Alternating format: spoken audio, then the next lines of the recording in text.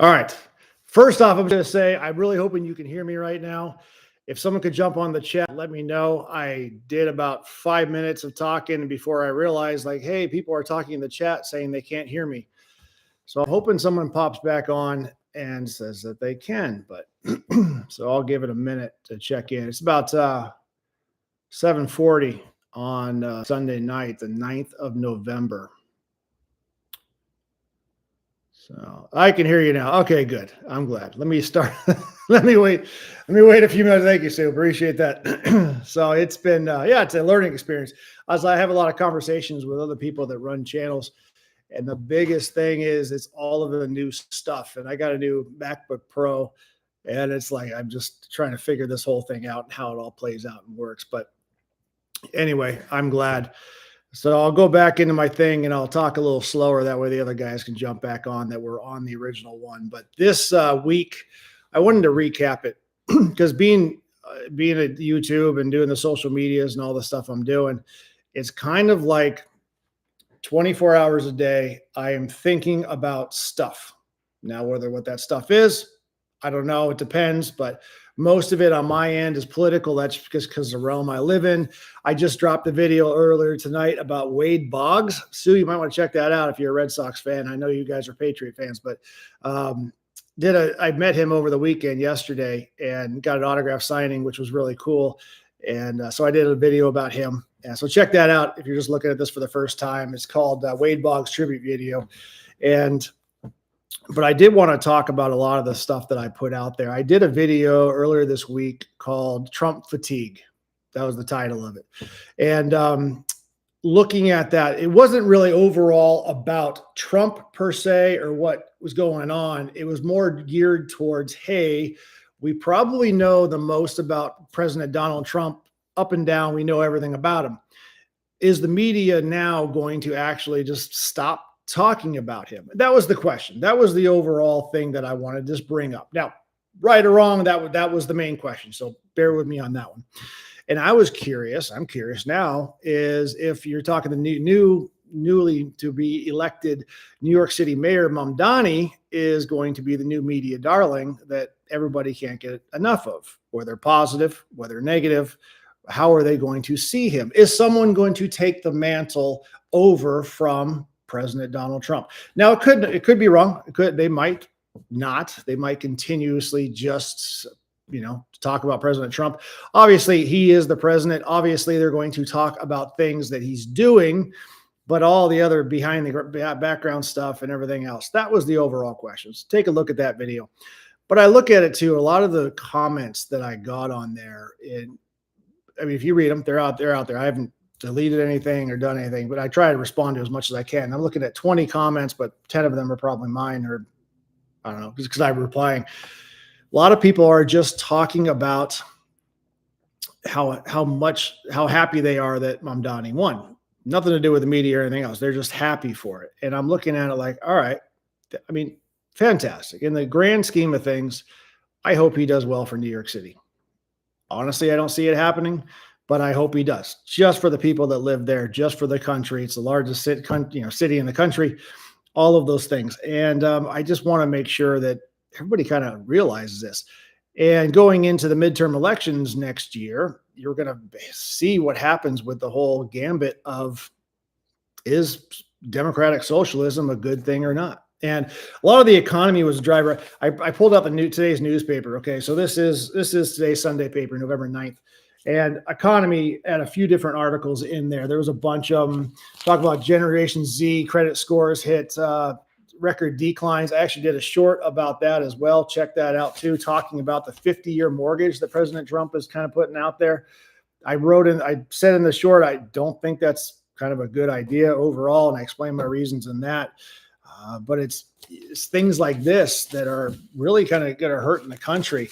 And there are a few other ones. I didn't pull it out, but I wanted to talk about, I don't really want to talk about it, but I do want to bring up the economy.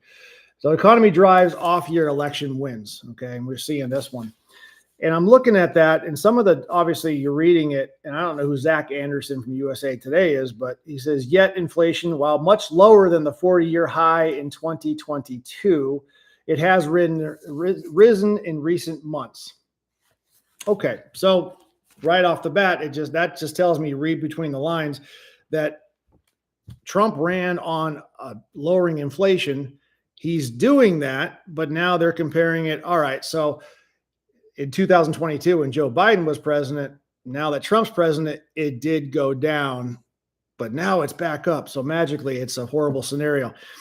And I have a buddy, and he works for a larger company that ships from overseas. Okay, that's what he does, and I won't give too much details, but he was telling me, you remember back when COVID happened and all those ships were docked off the coast because they couldn't come in. It was in Long Beach, it was all the ports, New York, and they couldn't get their ships in. Well, what was happening was the shipping containers, they were all taken because they weren't being unloaded and shipped back and forth. So what was happening was you had all these shipping containers off in the middle of the ocean, or at least right off the coast, and the price to rent a shipping container went way up. Okay, supply and demand. Fine, got it. COVID is now over. Now that COVID is over, now that the shipping lanes are completely open, now that everything is back to what should be happening, and the shipping containers are back to the levels that they were pre-COVID, do you think my buddy's company lowered the price? Because remember, they raised their prices during COVID because it obviously cost more to ship. So now that the shipping containers are cheaper, do you think the company lowered the price for the consumers? Think about that. So even though the containers are cheaper, do you think that they actually lowered the price? Because the answer is no. Now it's just profit for them. Now they're just making more profit. And how do you get that down? Is basically you have to have competition. You have to have a market that comes in there and does that. So I thought that was very interesting. And I hope that the company would do the right thing, of course. This is a very large company. Will it happen? Not until it has to. Not until it has to. That's the answer that goes on there. So you're seeing things cost more from overseas, but there's a lot of other plays behind that, and it just happens to do with supply and demand.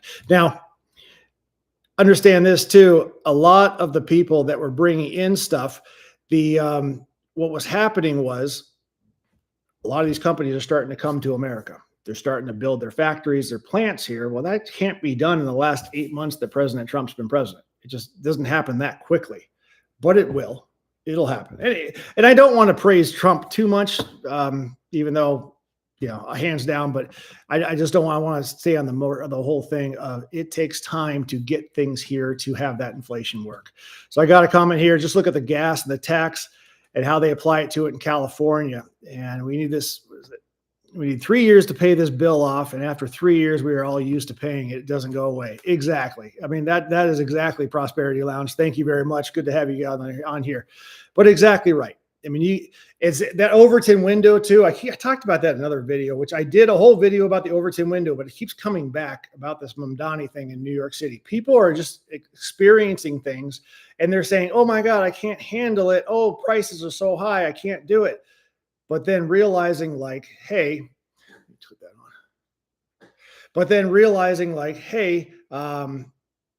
you get used to that price and you get used to paying that price. So now it's just randomly okay to pay that price. So thank you for that one, Prosperity Lounge.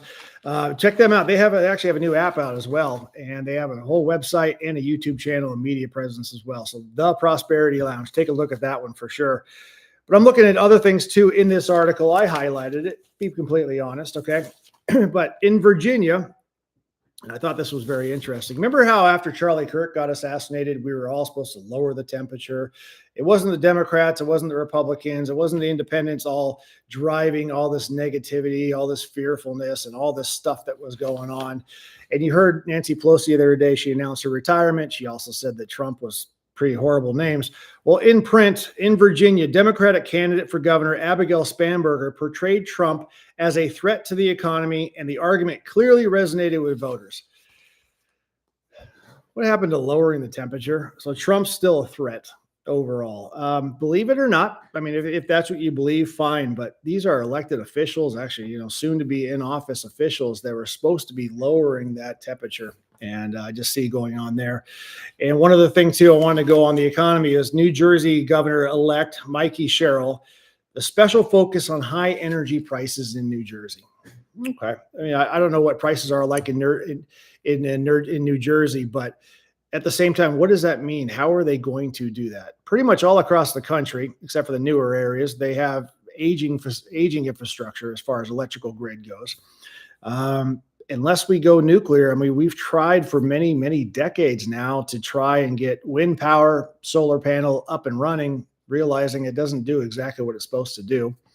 You got China over there building a plant every 30 days or 60 days, something. Somebody fact check me on that one, but how often they're building coal plants. And I'm looking, what are they going to do other than just go nuclear? And maybe that's what they're planning on doing. Maybe they're planning on bringing down energy prices in New Jersey just by going nuclear. I don't know. I mean, I guess you got to be smart. You got to be elected official for government to figure that out. And then a little later, lower on down in the article, it jumps back and forth again. Here's Virginia. Here is New Jersey. And it comes back to Mamdani. And it says his freezing rent in rent-stabilized apartments. That was one of his goals. Making city buses free and creating city-owned grocery stores. Okay, two things. City buses, yeah, good luck with that. Because again, I'm picturing a bunch of homeless people riding around those buses for 24 hours a day. Because who's going to tell them to get off? Because it's free. But freezing rent in rent-stabilized apartments. So does rent-stabilized mean that the prices are already set? Is that what that means? Because you're going to freeze the rent and I mean, it's oxymoron or not oxymoron. It's a double take that they're doing that. And then creating city-owned grocery stores. Well, there's a big thing. If you don't remember that, truth between lines, I probably should do a whole video on this. Kansas City had a government-run grocery store that finally went under after they poured millions upon millions of dollars into that. It folded. I found out in Knoxville, Tennessee as well, there was a grocery store that was run by the government too. Same reasons, basically because it was a grocery desert. There's nobody else wanted to have a store there. And that one failed as well. They just closed it. And now what? You're going to bring it all to New York City and do all the things there you're happening. Put it in the comments. Let me know what you think about that going forward. And one of the other things Spamberger wanted to do was what matters most from Spamberger. Relentlessly on what matters most. Lowering costs, keeping our communities safe, and strengthening our economy for every Virginian. And then you read articles like this, upper right-hand corner here. Judge says Trump cannot deploy troops to Portland. Now take it as you will. Looking at this, okay. So you can't put the National Guard, federal troops into a city. I can get on board with that per se, but at the same time, I look at this and say, why should we have to? And that's kind of the argument there. They don't want it. They voted against it, but there's continuously problems there. And there's a need to have more law enforcement, regardless of what it is, police, sheriffs, not CHP, but OHP, Oregon Highway Patrol, Federal Guard. If they need more people going in there, and they're just saying no, should taxpayers across the country be spending money to putting law enforcement and federal troops where they're not wanted? That's the overall question. Should they be going in there? Yes or no? And if the answer is no, then you pull them and let people figure it out that live there, because obviously that's what they want. But a lot of innocent people are going to get hurt. And that's my opinion on that one. So I'm kind of curious how that all plays out. We've seen, Chaz, CHAZ before in Washington State. We've seen a lot of the areas that are having problems. Chicago. We saw Washington, D.C. cleaned up within 48 hours. There was no murders for the first 2 weeks. I mean, the fact that it actually works to have more law enforcement. And I've seen a few videos. They're not very rampant because I just don't think they're really popular. But a lot of people in these cities and towns are saying, yeah, send more police. We need more police, because they know that, hey, they want to be protected. They want to be safe. But how many people have to die before they do that? But anyway, a lot of the other things I talked about this week, I talked about the SNAP program going on. I heard somewhere, and I really haven't researched it today because it's Sunday and I'm busy with church and other videos and stuff, but I know that the shutdown might be coming to a close. Fingers crossed that it does come down to a close. And hopefully the SNAP benefits do get back in there. There's a back and forth whether or not even Trump could legally pay them, which was really odd to me that they would hold back that. But I don't know. Maybe if you know more than I do, you're in the chat, let me know what you think about that one. But I did a video about that one too. It was basically about what was happening, how many people, and you watch a lot of those videos too that are going on where it's, I mean, people are going crazy. They're stealing. They're breaking things. They're complaining that they can't go out on over the weekend because they have to stay home because they can't afford to go out. They have to buy groceries with their own money. They're going to have to go to work because they can't get SNAP benefits. It's really odd. It's really crazy how that all plays out. So it's almost fun, but then you get kind of sad. I got a little sad, to be honest with you. I got a little bit sad as far as what was happening with people that couldn't afford their own bills, or at least were complaining. There was another video of a guy. He was obviously in some government office, didn't say where, but he's screaming, saying he has to have a SNAP benefits or his kids are going to starve. But he's wearing this big gold chain and he's got $200 Jordans on. Just like, shoes, sneakers, Jordans. And it's like, you're just bad at money. And it goes back to that one article about saving and everything else for credit. Like, you're spending money on stuff you don't need when you should be taking care of groceries, rent, or mortgage, or whatever else you need to protect your family. And that's where I'm at with that one. But so there's a lot going on. I think I covered most of the stuff on there.